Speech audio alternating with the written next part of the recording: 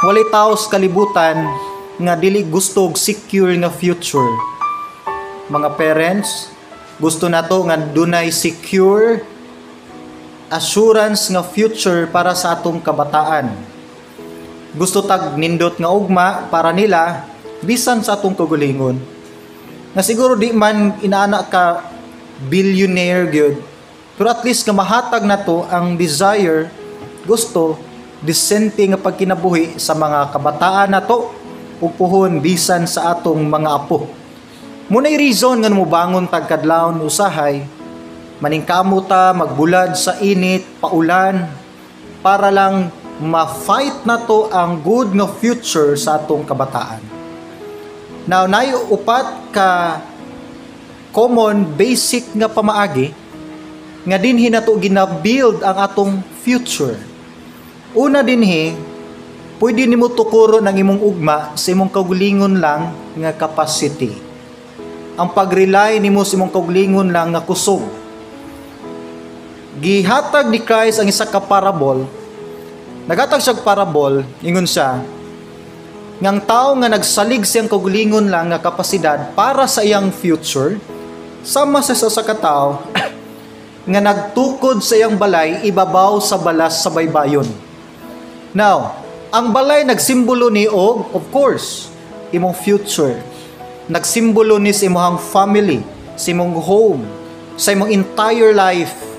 O ingon ang Bible, ingon mismo ni Christ, nga kung ang foundation sa imong life, sa imong family, sa imong career, sa imong health, sa imong future, naa diha sa balas sa baybayon, ingon ni Christ, moabot ang kusog nga hangin, kusog nga bagyo, dali lang matumpag ang imuhang balay. Tungod kay wa ni lig-on nga foundation. In other words, ang tao nga naningkamot sa pag-build up sa iyang future, sa iyang kaugalingon lang nga kaalam, talent, experience o abilidad, wa kini klarong security, walay assurance anytime, dali kini lumpagon. Ayno nakadungog mag-story sa mga successful men and women, successful nga mga tao, nagkalit lang gyud kayo ang pagkabagsak. Walay stability sa imong kaugalingong paningkamot. 1969 nisikat ang kanta nga My Way, composed o gikanta ni Frank Sinatra. O 6 times na mention niya ang phrase nga I did it my way.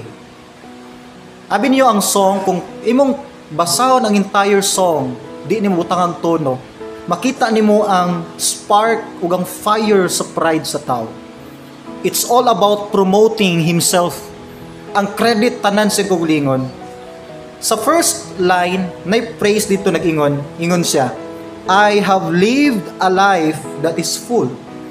I have traveled each and every highway, and more, much more than this, I did it my way.